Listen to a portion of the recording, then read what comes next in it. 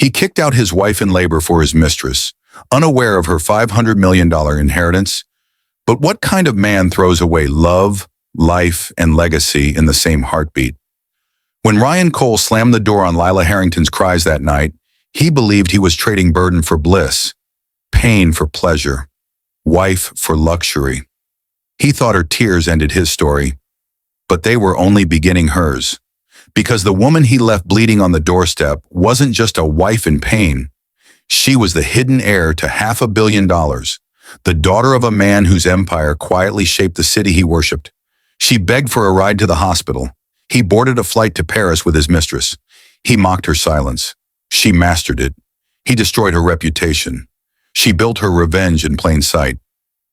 But how does a woman abandoned in labor rise high enough to crush the man who left her? How does a husband who chose a mistress wake up to find the wife he discarded now owns everything he ever desired? And when their worlds finally collide, will he recognize the same woman he once told to die with her pain? He kicked out his wife in labor for his mistress. Those were the first facts Lila Harrington tasted like blood on her tongue. The second was sharper. Ryan Cole had no idea about the $500 million sitting mute and legal in a trust her father built, waiting for the day she chose to claim it. The third was a promise she formed between gasps. What she would do with that money would end his pride in the woman he chose over her. "Ryan, please, my water just broke," Lila said. Palms flat to the hallway wall as a contraction cinched her core tight. The marble floor was cold under her bare feet. Their townhome on West 73rd felt suddenly cavernous, like a stage where everyone but her had learned the script. Ryan stood in the doorway with a cufflink between two fingers, expression creased with annoyance instead of fear. "Of course it's now," he said. "You do this. Drama when I have a flight. Hospital bag is packed. Just help me to the car." Her voice trembled, but she kept it level. "Breathe, breathe. Don't give him your pain." From the living room drifted a bright whisper. "Rye? Car's downstairs." Sienna Reed, she of the champagne laugh and curated conscience, appeared in a silk trench and ankle-strap heels, a cruel sort of elegance for 2 a.m.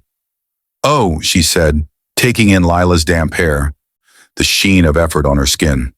"This is inconvenient." "Get out of my house," Lila managed. "It's not your house," Ryan snapped, grabbing the weekender by the door and flinging it onto the stoop. The zipper scraped stone. "You'll not hold me hostage with tears." "Hostage!" Another wave hit. Lila clutched the doorframe, counting through the pain like a pilot through turbulence. "I'm in labor, Ryan. Our child." "Our complication," Sienna murmured. Then to Ryan, softer. "We'll miss the red eye." He looked past his wife like she was a blown-out candle. "Scream all you want. Take your mess outside. I'm done being the bad guy in your stories." He opened the door wider, not to lead her out, but to make the distance between them official. Cold air slapped Lila's cheeks. A taxi idled at the curb, driver peering up in confusion at the tableau of wealth and winter. "Ryan," she said, one hand out, the other braced on the frame. "Don't do this."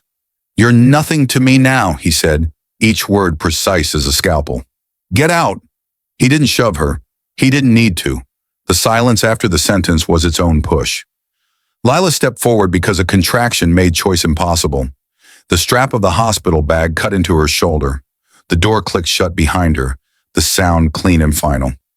Only then did she allow one sound past her teeth, a short, shocked exhale that wasn't a sob. Not yet.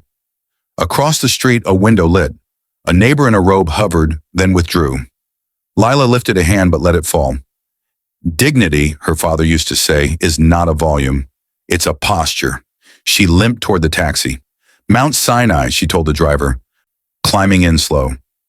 Her phone buzzed. Ryan Cole updated his status. "Pray for us. Difficult night with L." A lie in real time. Another contraction rose, and beneath it, something colder and steadier, the outline of a future only she could see. "You don't know what I hold," she thought, letting her head rest against the cool window. "But you'll learn. Both of you will learn." The driver met her eyes in the mirror. "You okay, miss?" Lila's breath evened. "I will be." The taxi pulled into the empty avenue. taillights striping the night like a signature she would soon make public. The taxi pulled into Mount Sinai's emergency bay, tires splashing through a thin ribbon of melted snow. "You sure you got someone inside?" the driver asked, eyes soft in the rear view. Lila nodded, though her throat was dry. "Yes, someone's coming." No one was. Automatic doors sighed open as the cab's headlights disappeared. The waiting room smelled of disinfectant and exhaustion. Behind the triage desk, a nurse looked up, eyes widening at the sight of a woman half folded over her belly, clutching a small leather purse like a lifeline. "Sweetheart, let's get you inside." Her badge read Nurse Elaine Brooks, mid-40s, the kind of woman whose voice could calm a hurricane. She guided Lila into a wheelchair, moving quickly but gently. "First baby?" "Yes." "How far apart?" "2, maybe 3 minutes." "You came alone?" Lila hesitated. "He's on a flight." Elaine's brows twitched, just enough to show she understood everything Lila didn't say. "Then I'm your person tonight?" They moved through corridors lit like morning. Machines hummed, nurses whispered. Elaine helped her change into a gown and secured the monitors. The steady thrum of a tiny heartbeat filled the room, a fragile drum louder than any betrayal. "You're doing great," Elaine said. "I've seen women walk in with less strength." "Strength," Lila whispered, staring at the ceiling. "I don't feel strong." "That's because real strength doesn't feel like glory. It feels like survival." Another contraction hit. Lila squeezed the rail, teeth gritted.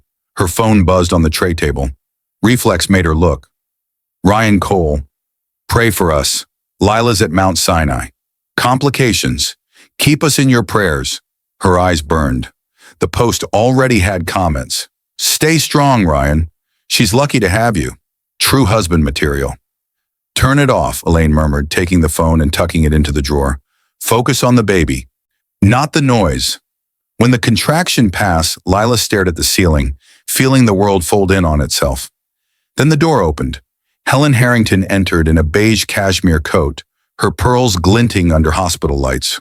Her perfume, elegant and suffocating, arrived a second before her voice. "Lila." "Mom?" "Ryan called me." Helen's tone was cool, controlled. "He said you refused help, that you've been emotional." "I begged him for a ride, Mom. He threw me out." Helen's lips tightened. "He said you frightened him. He was worried for the baby." Lila almost laughed, but it came out hollow. "He was worried about catching a flight." "Don't start drama, Lila. You've always had a flair for exaggeration. Let's focus on what's best for the child." "Best?" Lila whispered. "He left me in labor." Helen looked at her daughter with the same measured pity she once used on charity cases at church. "You need stability. Ryan provides that. You react." The word landed like a slap. Elaine's voice broke the tension. "Mrs. Harrington, your daughter needs calm, not judgment." Helen blinked, offended. "And you are." "The person who stayed," Elaine said simply. Helen scoffed, gathered her purse. "When you're ready to talk sensibly, call me." She left without looking back. Silence filled the room again. Then Lila whispered, "She'll tell him I'm unstable." Elaine rested a warm hand on her arm. "Then let them. Truth doesn't need defense. It needs time." When the nurse stepped out, Lila's phone buzzed again, this time from a private number. She hesitated, then answered. A low, steady male voice. "Miss Harrington." "Arthur Grant, your father's attorney.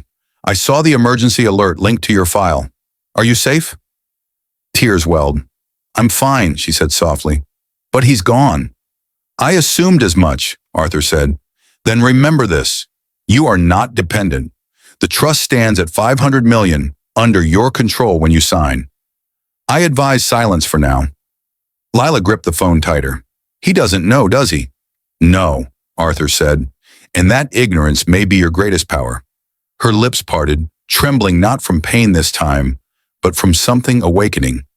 "Then let him stay blind." The next contraction came fierce and fast, but she met it with new breath. Elaine hurried back in, pressing her shoulder gently. "That's it. You're strong. You're ready." And for the first time that night, Lila believed her. The pain rose like a tide she couldn't outrun. The fluorescent lights blurred, the world shrinking to the rhythm of breath, heartbeat, and determination. Nurse Elaine's voice steadied her through every push. "You're almost there, sweetheart. You're doing incredible." Lila's fingernails dug into the rails of the bed. Sweat slicked her hair against her face. Every scream was swallowed into the sterile walls. No husband's hand, no mother's reassurance, no one but strangers holding her together. When the final contraction tore through, it felt like breaking and being rebuilt in the same instant. Then, crying, a sharp, fierce wail that cut through the hospital noise and every cruel word ever spoken against her. "It's a girl," Elaine said softly, lifting the newborn into the faint morning light. "Beautiful little fighter." Lila collapsed back, chest heaving, tears streaming freely now. When the baby was placed against her chest, warm, tiny, miraculous, Lila forgot her pain. She ran trembling fingers along her daughter's cheek, whispering through her tears, "Hi, sweetheart. Mommy's here." For a moment, time was merciful. The baby's heartbeat matched hers. Her daughter's small fingers gripped the edge of her gown, and in that grip, Lila found something new, an anchor she didn't know she'd been missing. "What's her name?" Elaine asked. Lila smiled weakly. "Amelia. Amelia Grace Cole." "She's perfect," Elaine said, writing it down. "Not Cole," Lila corrected, voice steadier. "Harrington. Amelia Grace Harrington." The nurse nodded, something like pride flickering in her eyes. Hours passed. The sun rose pale through the blinds, painting the room gold. Outside, the city resumed its hum. Cars, horns, a world unaware of what had just begun inside. When the baby finally slept, Lila lay still, staring at her phone on the tray beside her. Notifications stacked like knives. Ryan Cole posted, "Sometimes love means letting go. Prayers appreciated." Sienna Reed commented, "Always praying for strength and peace for you both." Below, hundreds of likes and sympathetic replies. "What a strong man. He deserves happiness. Hope the baby's okay." Lila scrolled until the letters blurred. They'd rewritten the story in hours. The man who abandoned her was now a victim. The mistress who replaced her was now a saint. Her chest tightened, but no tears came. The pain had found a deeper place now, colder, more focused. A soft knock interrupted her thoughts. Elaine peeked in. "You need rest. Honey, try to sleep." "I can't," Lila whispered. "If I sleep, it'll feel like it really happened." "It did," Elaine said gently, tucking the blanket over her. "But this isn't the end. Not for you." When the door closed, Lila turned her face toward the window. Snowflakes drifted outside, lazy and white against the dawn. She reached out, touching the glass with her fingertips. "Mommy's not weak," she whispered to her sleeping baby. "Mommy's learning." Her gaze hardened. "And someday they'll learn too." Miles away, inside a first-class cabin bound for Paris, Ryan Cole sipped champagne beside Sienna Reed. He smiled as notifications rolled in. Praise, sympathy, admiration. "She'll get over it," Sienna purred. Ryan chuckled, glancing out at the clouds. "She already has no choice." But what he didn't know was that the woman he'd discarded had already begun writing a new story, one that would make the world remember her name and destroy the illusion of his own. 2 weeks later, Lila Harrington stood on the curb outside Mount Sinai with her baby cradled against her chest. A nurse offered to call a cab, but Lila shook her head. The wind bit through her coat as she tightened the blanket around tiny Amelia. The world had moved on. No news cameras, no family, no husband waiting by the car. Just her and a newborn in the middle of New York winter. A hospital bracelet still clung to her wrist. She tore it off and let it drop into a slush puddle. "No more label," she whispered. The taxi driver eyed her through the rearview mirror. "Where to, miss?" She hesitated, realizing she had nowhere that felt like home. "Just downtown, East 10th. I'll figure it out." The apartment she found was barely a room, a leaking ceiling, a single mattress, a view of an alley that smelled like yesterday's mistakes. But it was hers. She laid Amelia on the bed and stood in the doorway for a long time, watching her baby's chest rise and fall. For days, survival became her rhythm. She sold her jewelry to buy diapers. She skipped meals so she could afford formula. The same city where she'd once been photographed in designer gowns now ignored her when she asked for directions. Her phone buzzed with reminders of the life she'd lost. Charity gala invitations, old contacts asking for updates, social media posts she couldn't escape. Ryan Cole and Sienna Reed, Paris nights, endless love, new beginnings. Each photo burned her eyes, the same marble floors she'd chosen, the same paintings she'd bought. He hadn't just replaced her, he'd erased her. Then came her mother's call. "Lila!" Helen's voice crackled through the line, detached and composed. "You can't live like this. Ryan's offered to help. He's worried about the baby." Lila froze. "Help?" "Yes. He said he's willing to pay for a nanny if you'll sign a shared custody agreement. It's the least you can do after everything." "After everything?" Lila repeated quietly. "You mean after being kicked out while in labor?" Helen sighed. "You really should stop exaggerating, darling. Life isn't a movie." "Neither is betrayal," Lila whispered. Her mother ignored it. "You always make things bigger than they are. Ryan is stable, respected. You need to think about Amelia's future." "She is my future," Lila said, voice sharp now. "And you're right, Mother. I'm done making things bigger than they are.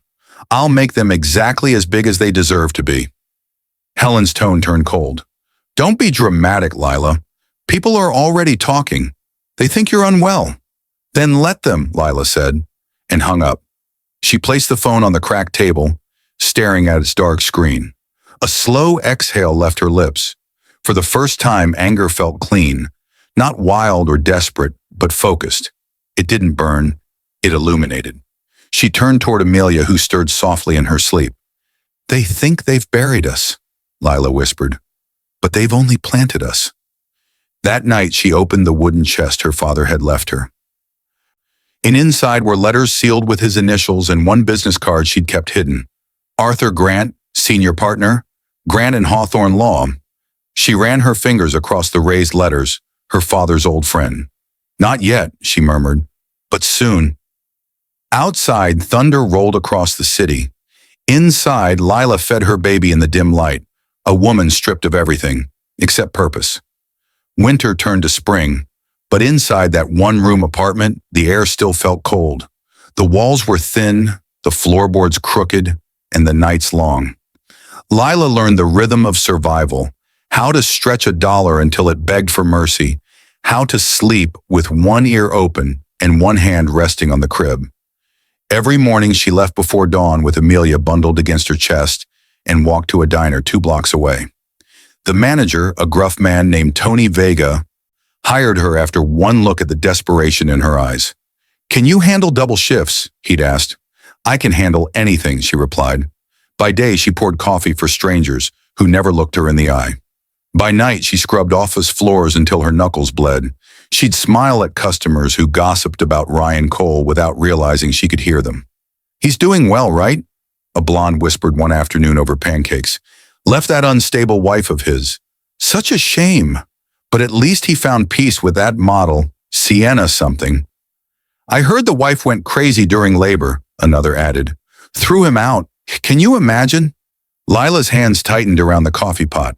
She poured, smiled, and walked away before the trembling started. The lies had spread like perfume, sweet at first, toxic underneath. Even her old friends believed them. Every call she answered came with pity or caution. "We just don't want to get involved, Lila. Ryan said you were struggling. Maybe you should see someone." But the world's rejection didn't break her anymore. It refined her. Each cruel whisper sanded her down to something sharper, harder. At night, when Amelia slept, Lila sat by the window and read the letters her father had left her. His words, written in ink that had faded but never died, became her gospel. "If you ever lose everything, remember, wealth is not money, it's control, and control begins with silence." She traced those lines with her finger, whispering, "Control begins with silence." That's when she made the call. The phone rang twice before a calm, baritone voice answered. "Arthur Grant." "It's me," she said quietly. "Lila Harrington." A pause, then warmth. I was hoping you'd call. I can't keep hiding, she said. He's everywhere. Their names are everywhere. And I'm still here, invisible. Arthur's tone was steady. Your father left you more than money, Lila. He left you options. You're the sole beneficiary of the Harrington Trust. 500 million, unclaimed. But once you step into that light, you'll never disappear again. Are you ready for that? Lila looked down at Amelia's tiny hand wrapped around her finger. I don't need to disappear, she whispered. I need to make them remember. Arthur hesitated, then said, Then we start quietly. I'll arrange everything. And Lila, your father would be proud. When she hung up, her heart pounded with something she hadn't felt since before the betrayal. Power. She walked to the cracked mirror above the sink and stared at her reflection. Gone was the trembling woman in hospital blues. This version of her was leaner, calmer, eyes sharp as cut glass. I'm done surviving, she murmured. It's time they see me again. Outside, the city glittered, unaware that the woman it had forgotten was about to rise from its shadows, with $500 million and a vengeance carved from silence. By summer, the city shimmered with heat and secrets. In a quiet high-rise off Park Avenue, Lila Harrington met Arthur Grant for the first time in years. The office smelled of oak and quiet power. Sunlight spilled through floor-to-ceiling windows, catching the gold frames of her father's portrait on the wall. A man whose still eyes seemed to watch her from beyond time. Arthur stood when she entered. Tall, gray-haired, and composed, he had the posture of a man who carried other people's storms. Lila, he said warmly, you look stronger than the last time we spoke. I am, she replied, taking a seat across from him. I just didn't realize strength could feel this calm, he smiled. Calm is the loudest kind of power. He slid a folder across the desk. These are the documents to activate your inheritance. Once signed, your access begins immediately. I can also create subsidiaries to protect your identity. Anonymous holdings, shell corporations, whatever you need. Lila's fingers brushed the edge of the papers. I want anonymity, she said. No one can know it's me. Not yet. Arthur nodded. I anticipated that. We'll move through proxies. A Delaware entity named Harrington Ventures will front the transactions. Good. And the first move? He asked. Lila's gaze dropped to her hands.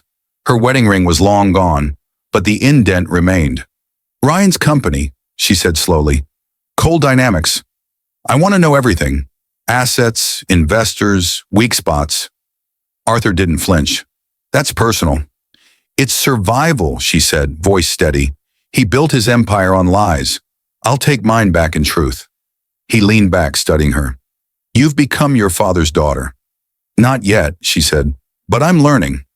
Arthur gave a small approving nod. Then let's begin.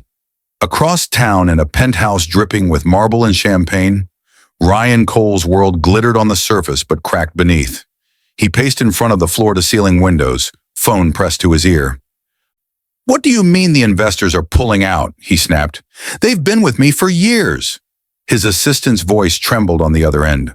Sir, an anonymous firm has been buying shares quietly, moving fast. It's destabilizing confidence. Some partners think it's a takeover attempt. Ryan's jaw tightened. Find out who they are. I'm trying, sir. They're using offshore accounts and private proxies. Ryan ended the call, slamming his phone on the table. Offshore cowards, he muttered.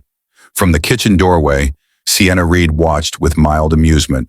Dressed in silk and diamonds, she sipped her mimosa. You're stressed, she said. It's not a good look. I'm fine, he snapped. You're not, she said smoothly, setting her glass down. You haven't been sleeping. You check your phone like it's oxygen. He glared. I built this from nothing. No one's taking it from me. Sienna's red lips curved into a faint smile. Everyone who says that ends up losing everything. Her words hung in the air like perfume. Sweet, poisonous, prophetic. That night, while the city glittered outside, Lila stood by her apartment window, the lights of Manhattan reflected in her eyes. She signed the final page Arthur had sent and whispered, For Amelia, for justice. A single signature set a new empire in motion. For the first time in months, she slept soundly, because somewhere across the skyline, Ryan Cole's world had begun to tremble, and he didn't even know whose hands were shaking it. Autumn came to New York with its usual drama: gold leaves, sharp winds, and rumors that whispered faster than the breeze. Inside Cole Dynamics' glossy headquarters, the tension was palpable. Investors who once called Ryan Cole a visionary now called him a liability. "Sir, the board is requesting an emergency meeting," said Gavin, his young assistant, voice barely above a whisper. Ryan didn't look up from his desk. His tie was loosened, his eyes rimmed red. "Tell them I'm busy." "They said it's not optional." Ryan slammed his pen down. "Then tell them to wait until I finish saving the company they're panicking over." Gavin hesitated, then left quickly. The door closed, leaving Ryan alone with the silence of an empire slowly cracking. He opened his laptop, scrolling through the latest reports. His company's stock price had dropped 12% in a week.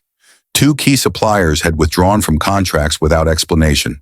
And somewhere in the mess of numbers, a new name kept reappearing: Harrington Ventures, the anonymous investor buying up shares of Cole Dynamics. Ryan frowned. "Who the hell are you?" he muttered. Meanwhile, across the city, Arthur Grant handed Lila a file in his quiet office. "You now own 21% of Cole Dynamics, enough to call for financial transparency." Lila traced the embossed company seal on the file cover. "Not yet. I don't want him to see me coming." Arthur smiled faintly. "Then we'll keep moving in shadows." For months, she had lived 2 lives. By day, she worked at the diner, her apron stained with coffee and survival. By night, she was the unseen hand behind an acquisition storm shaking Wall Street. The woman Ryan Cole once mocked as dramatic had become his invisible rival, and his undoing. "You're aware," Arthur said. "Once you cross 40%, you'll control majority influence." Lila's eyes gleamed. 40 isn't the goal. I want 51. He won't just lose confidence, he'll lose control. Arthur studied her quietly. "You've changed, Lila." "No," she said softly. "I've remembered who I am." In the penthouse, Sienna Reed watched Ryan pour himself another drink. The once smooth charmer now carried the restless energy of a man watching his own reputation bleed out. "You should rest," she said, her tone sweet but calculated. "Rest while vultures circle?" he snapped. She tilted her head. "You don't have to go down with it." He froze, narrowing his eyes. "What are you saying?" "Charles Whitmore called," she said casually. "He's interested in merging with Cole Dynamics. He could save you, if you let him." Ryan scoffed. "My rival? Over my dead body?" Sienna smiled faintly. "That might be sooner than you think." When he left the room, her expression hardened. She picked up her phone and texted Whitmore. "He's unraveling. Be ready." Then she leaned back against the couch, gazing out at the city. "Sorry, darling," she whispered, swirling her wine. "I never bet on sinking ships." At that exact moment, in a quiet brownstone in Soho, Lila looked down at Amelia, asleep beside her. The baby's breathing was steady, innocent, so far removed from the noise of revenge and business wars. Lila brushed her daughter's cheek. "You'll never need to beg for love," she whispered. "And when you're old enough, you'll know the world once tried to break your mother and failed." She turned to the open laptop on her desk. Another notification blinked. Cole Dynamics stock purchase confirmed. "Welcome to my world, Ryan," she murmured. "Let's see how you handle pain when you can't see where it's coming from." Outside, lightning flashed across the skyline, a silent omen of the storm about to break. The morning the news broke, New York woke up to headlines Ryan Cole couldn't buy his way out of. Cole Dynamics in freefall. Anonymous investor threatens takeover. CEO faces investor. Backlash as stock plummets again. Every channel carried his face, tired, defensive, cornered. He watched from his penthouse, hands clenched around a tumbler of whiskey. "This is sabotage," he muttered. "Someone's planting stories." Across the kitchen island, Sienna Reed scrolled through her phone, feigning concern. "Maybe it's not sabotage," she said softly. "Maybe it's karma." He glared. "What's that supposed to mean?" She shrugged, her silk robe slipping off one shoulder. "You've made enemies, Ryan. Wives, partners, employees. You built a tower on other people's backs. Sometimes towers fall." "Not mine," he growled. But even as he said it, his phone buzzed with another blow. Whitmore Industries had withdrawn from their merger talks. Investors were calling for an emergency board meeting. Sienna smiled behind her glass of wine. You should have listened when I told you to merge. You don't adapt, Ryan. You dominate until there's nothing left to stand on. He slammed his fist on the counter, the glass shattering. I made you, he hissed. She tilted her head, eyes glinting. No, darling. You rented me. For the first time, Ryan saw it, the faint disgust curling at her lips. The boredom of a woman already mentally gone. Pack your things, he said coldly. Oh, I already did. Sienna's smile was lethal. You'll be hearing from Whitmore. Tell him I said hello. The door closed behind her with a click that sounded too familiar, just like the one he'd slammed on Lila the night she went into labor. And for the first time, he felt what silence really was. Downtown, in a polished office lined with glass and quiet authority, Arthur Grant handed Lila a newspaper. Anonymous investor identified as Harrington Ventures. Lila's heart drummed softly as she read the headline. Beneath it, smaller text, firm linked to reclusive heiress of late tech billionaire Edward Harrington. Arthur said, They're starting to guess. It won't be long before they connect the dots. Let them guess, Lila replied. Her voice was calm, almost serene. I want Ryan to see my fingerprints on everything he's losing. Arthur nodded slowly. Then you're ready for the next step. She looked up. Which is? The board will vote in 2 weeks. With your shares, you can remove him as CEO. Permanently. Lila's lips curved, not in joy, but in something deeper, steadier. Then schedule the vote. I want him to see the knife before it lands. That night, Ryan sat alone in his dark office, staring at his reflection in the glass windows overlooking the city. Behind him, screens flashed numbers, red arrows, losses. The man who once commanded boardrooms now looked small, a king watching his castle sink into its own moat. He picked up his phone, scrolling through old photos, his wedding day, Lila's laughter, her eyes full of warmth he never deserved. For the first time, guilt flickered, but too late. A breaking news alert flashed on his screen. Coal Dynamics majority control shifts to Harrington Ventures. Ryan froze. Harrington? The name rolled off his tongue like a ghost come home. His hand trembled. No, it can't be her. But deep inside, where arrogance once lived, he already knew the truth. The woman he threw out in labor had just become his new boss. The Coal Dynamics boardroom had never been so silent. 12 men and women in tailored suits sat around a long glass table, the skyline of Manhattan glittering beyond the windows. Reporters waited outside. Cameras from major networks were setting up in the lobby. Every whisper of movement carried weight. At the head of the table sat Ryan Cole, pale and sleepless, pretending confidence he no longer possessed. His jaw was tight, his knuckles white. Let's make this quick, he said. Whoever's behind this Harrington Ventures stunt is about to learn I don't scare easily. The door opened. Every head turned. Lila Harrington walked in. The moment stretched thin as glass. She wore a charcoal gray suit, tailored to precision, her posture calm, her hair swept into a clean twist. No makeup excess, no trembling, no weakness, just quiet dominance. Even her heels seemed to click in rhythm with authority. Ryan's eyes widened as if he'd seen a ghost. Lila? Good morning, Mr. Cole, she said evenly, taking the empty chair across from him. I believe you're expecting a representative from Harrington Ventures. The board members exchanged stunned glances. You? He stammered. You're behind this? Yes, she said simply. My firm now owns 51% of Coal Dynamics. I'm here to ensure the company transitions into competent leadership. You, he stood abruptly, voice cracking. You think you can waltz in here and... I'm not waltzing, she interrupted softly. I'm reclaiming. The chairman, Evelyn Torres, cleared her throat. Mrs. Harrington, or is it Miss? Miss, Lila replied, eyes still on Ryan. Cole was a mistake I've since corrected. Gas rippled around the table. Ryan's voice rose, desperate now. You can't do this. This company is mine. I built it from the ground up.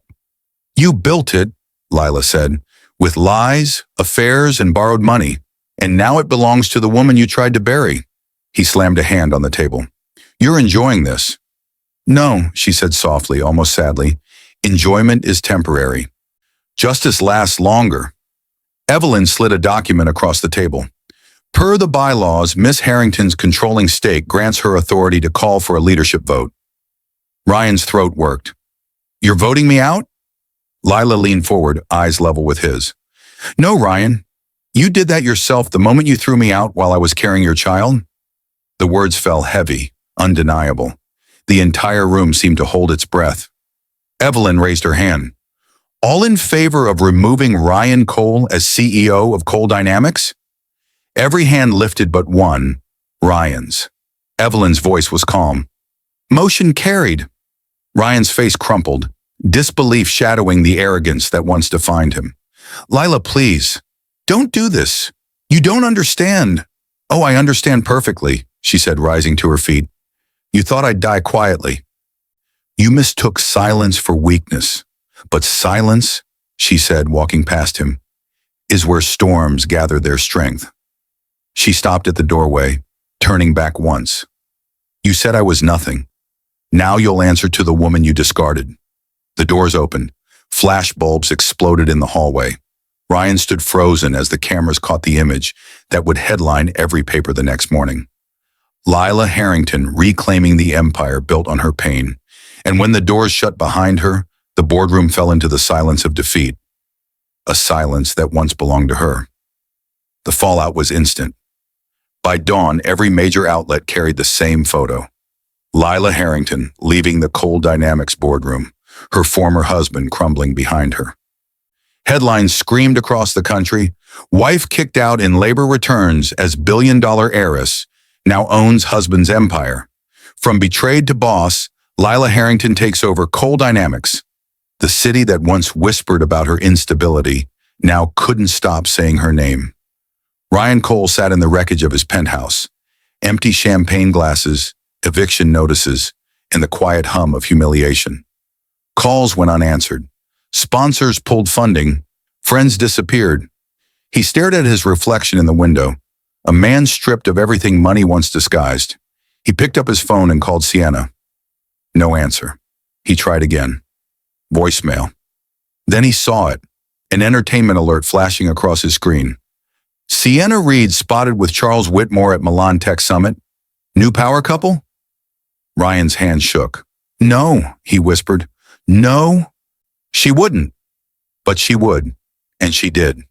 Across the city, Sienna reclined in a marble hotel suite, a flute of champagne in hand. The headlines glowed across her screen. She laughed softly. Poor Ryan. He finally met someone smarter than him. Twice. Whitmore smirked beside her. You're ruthless, Sienna. She tilted her glass. Ruthless keeps you fed. But the satisfaction faded when she turned the channel. The news anchor's voice stung. Cole Dynamics' new CEO, Miss Lila Harrington, has announced a full audit of past financial dealings, including suspected corporate espionage between the company and Whitmore Industries. Sienna's smile fell. What? Whitmore's brow furrowed. She's targeting us. Lila's voice came through the broadcast clip, calm, poised, undeniable. Justice isn't revenge. It's simply correction. I believe in correction. Sienna's grip tightened on her glass until it cracked. Meanwhile, Helen Harrington sat in her suburban mansion, staring at the same broadcast. The daughter she'd called unstable was now being hailed as one of the most powerful women in America. The comments scrolling beneath the interview told the story Helen had refused to see. She's brilliant. She's strong. She's everything they said she wasn't. Shame crawled through her chest. She reached for her phone and called the number she'd ignored for months. Lila, darling, it's Mom. I saw the news. I'm so proud of you. I knew you had potential. Lila's voice came through, steady and unhurried. No, you didn't. Sweetheart, You called me dramatic. You took his side. You told me I was unfit. Don't rewrite history now that I'm newsworthy. Helen's tone cracked. I made mistakes, Lila, but I'm still your mother. And I'm still your daughter, Lila said softly. But you'll never use that word as leverage again. The line went dead. Helen sank into her armchair, trembling under the weight of silence. That evening, Lila stood in her new office, Ryan's old corner suite. The city lights glowed beneath her like constellations she could finally name. Arthur Grant entered quietly. "It's done," he said. "Sienna's been indicted for corporate theft. Whitmore's firm is under investigation, and Ryan's officially bankrupt." Lila turned to the window. "So the noise is gone." Arthur smiled faintly. "What now?" Lila looked down at the framed photo on her desk, her and Amelia smiling in sunlight. "Now," she said, "we build something that doesn't need revenge to stand tall." Behind her, the lights of New York shimmered, bright, clean, and unyielding, just like her. And somewhere in that endless city, the echoes of a slammed door faded at last. 3 years later, New York looked different to Lila Harrington, not because it had changed, but because she now stood above it. The skyline that once mocked her from cold taxi windows now glittered outside her own penthouse office, where her initials, LH Group, shone in gold at the building's entrance. Inside, Lila moved with quiet assurance. Her company had grown beyond cold dynamics, investing in renewable energy, education grants for single mothers, and housing programs under her late father's name. She no longer needed revenge to define her victories. But fate has a cruel sense of timing, because on an ordinary Wednesday morning, the past walked into her lobby. "Miss Harrington," her assistant said softly through the intercom, "there's someone here to see you. He says it's urgent." "Who?" A pause. "Ryan Cole." For a heartbeat, silence filled the room, thick and heavy. Then Lila closed her laptop. "Send him up." When the elevator doors opened, she almost didn't recognize him.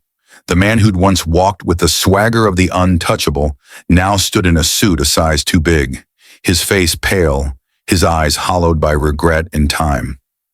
"Lila," he breathed, his voice hoarse, "you look incredible." She regarded him quietly.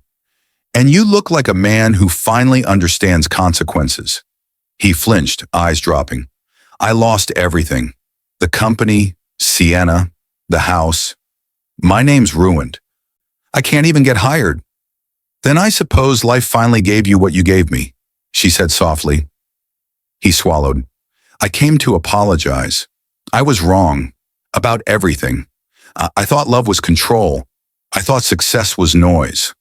But I see now, you were the only thing that ever mattered." Lila studied him, her expression unreadable. "You didn't come for forgiveness, Ryan. You came for absolution." His voice cracked. Maybe I just needed you to hear me say it." She rose from her chair, walking slowly to the window where the skyline glowed. "You once told me I was nothing," she said, turning to him, "that I'd die with my pain. You never imagined I'd live with it instead, and use it to build something bigger than both of us." He nodded, tears in his eyes.